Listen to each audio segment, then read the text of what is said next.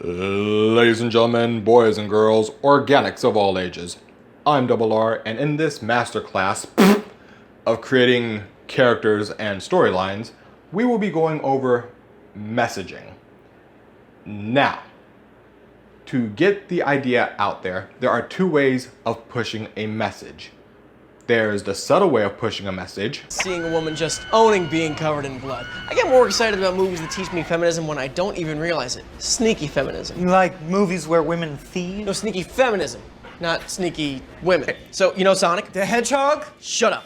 In the first Sonic game, what's his goal? Stop Dr. Robotnik. From? Collecting the Chaos Emeralds. By? Collecting the Chaos Emeralds. With? Super speed and jumping. At? Why? Daniel, what are we doing? Sorry, I had a good one-word preposition streak going, and I wanted to, but my point is that in the beginning of the game, it's never clearly established what exactly the Chaos Emeralds do. But it is established that Robotnik thinks that they'll help him rule the world. All-powerful Chaos Emerald! Yeah, we all know that. And we also all know that if you collect all the Chaos Emeralds and beat the game, you get a special secret bonus ending. I wouldn't say we all know that. Really? Okay. If you beat the game when you have all the emeralds, at the end, the emeralds shoot up into the sky, explode, and then a bunch of plants grow throughout Green Hill Zone. But if you look at Sonic's face when that happens, he is shocked. He had no idea those plants were going to grow. He didn't know he was helping the environment. All Sonic wanted to do was stop Robotnik. That's a good example. And then there's the blunt way of pushing a message, where it comes off pretty much like, somebody has to go down there and stop him! Well, I'm just ahead. Very well. You will have to use hand-to-hand combat. Fight him off with all your martial arts skills, and maybe you won't have to use the giant robot. Got it! Alright, big, tall, and ugly, the time has come for you! What giant robot? The 10-story high one that we only use as a last resort. This guy is like a foot taller than me. Why don't I use the giant robot first? We can't. Why? We just can't. Why? It's not how we do things. It's not how you do things. Just be honorable. Fight him man to man. Right.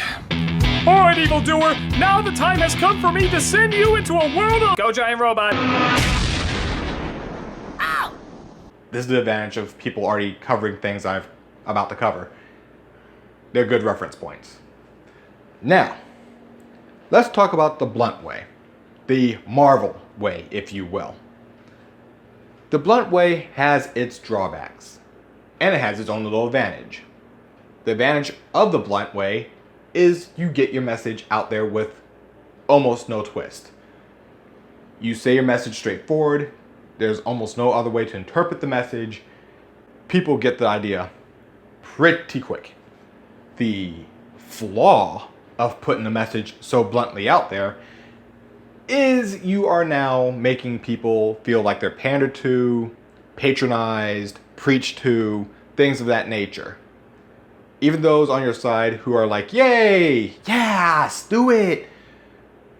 When they actually wake up to the underlying message of your blunt message, they see they're just being patronized. People don't like that. The other problem with blunt messaging is it strips away creativity. The reader, the customer, the game player, you get the idea. The consumer of your product does not feel really engaged. It's just blunt. It's preachy. They might as well sit in church and just listen to someone talk to them about the Bible. What's the point? That's how a lot of people will see it. This is also why comics have been getting hit pretty hard, because their messaging went to blunt as opposed to subtle.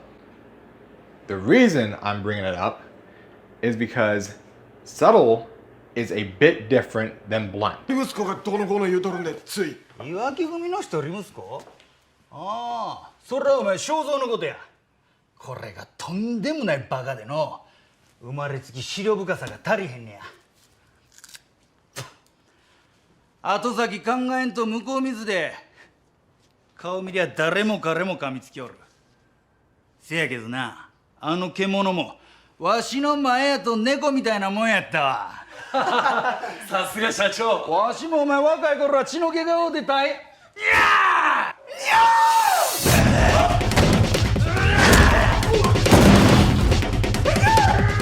ー見てみあねな高えもんこの町にあったかな高いところからわしら見殺されてるってわけですかい。すぐに下ろしちゃるけ。もうちいと遊んじゃるか。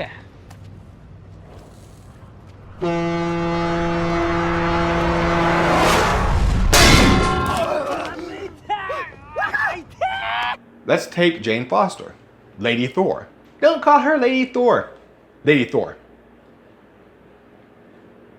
Now, her messaging is blunt. In her comics, the messaging is blunt. But no one likes her. Well, let me rephrase that. A lot of people don't like her.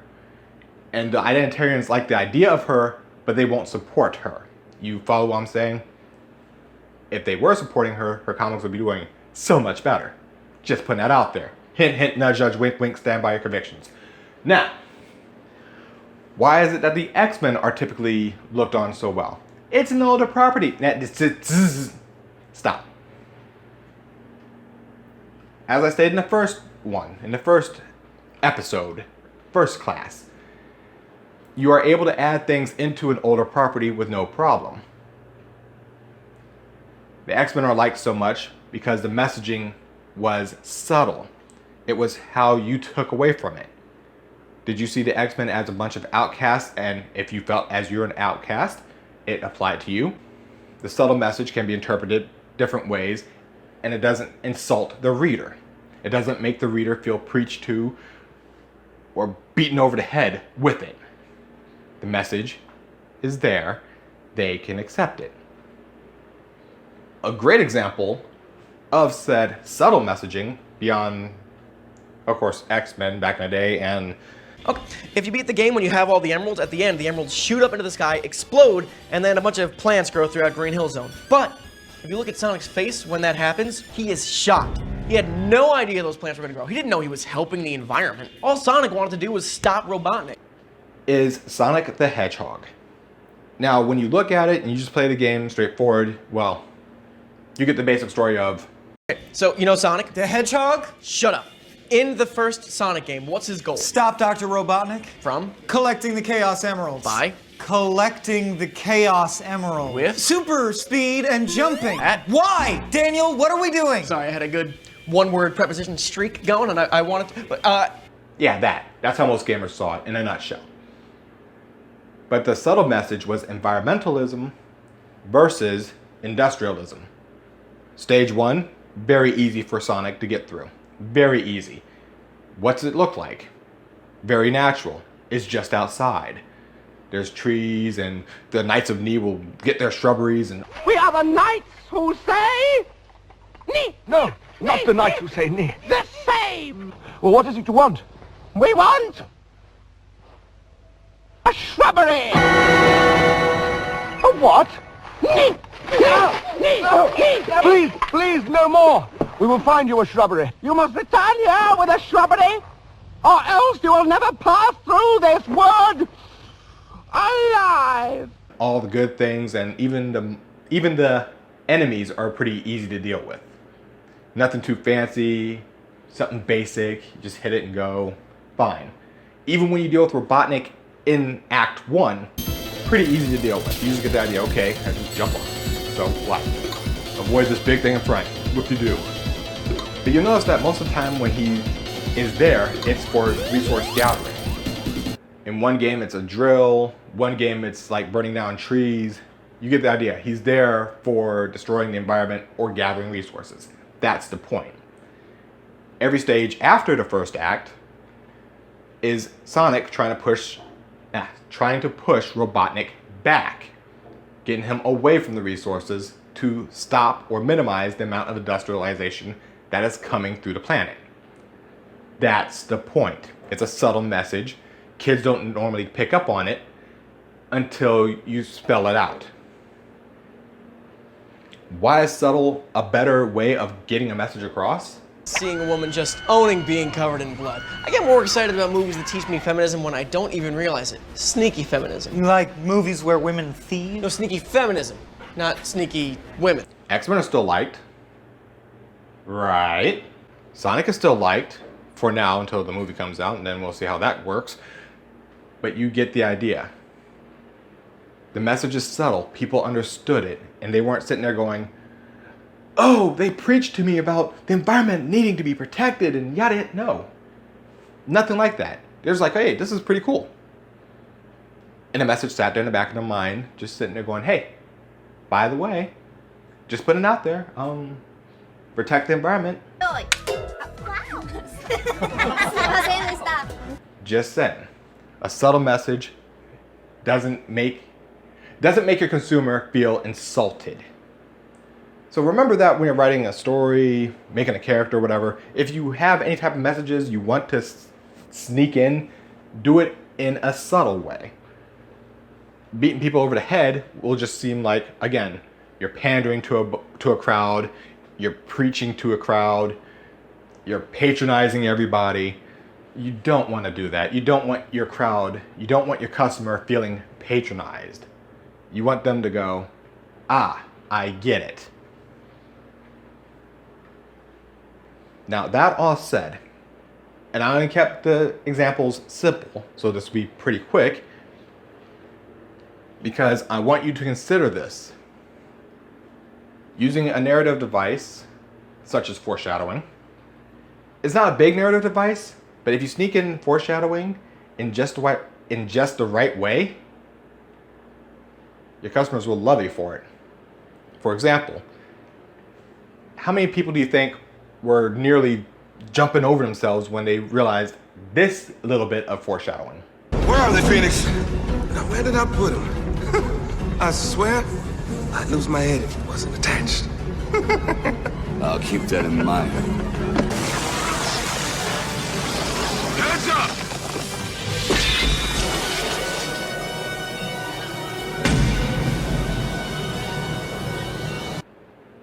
Yeah. Yes, Demolition Man may be a, quote, stupid blockbuster movie-ish type of thing. Just a dumb action-adventure flick. Yeah, okay, whatever. But the point is, it gave a little bit of foreshadowing, and a lot of people felt very intelligent seeing it. And foreshadowing is a subtle device. It's not beating you over the head like, Go giant robot! ow! Yeah, that. It's not doing that. It's subtle. It makes people feel smarter. They feel better because they've watched this movie, even a little bit, because they caught the hint. They caught the foreshadowing, and they feel good about it. And that's what you want for your messaging. You want to put out something where people go, awesome, and they feel good noticing it. Even if the message is something they disagree with, if you do it in a subtle way, they're like, okay, I see where you're coming from. I gotcha. It's a little bit more agreeable than, Go giant robot! ow! That. So that all being said, I'm Double R. I'm going to head out. Again, a very simple class today, very short considering all things. And I will see you all in the next one, and we will continue our master class of character creation and story writing. Until then, later.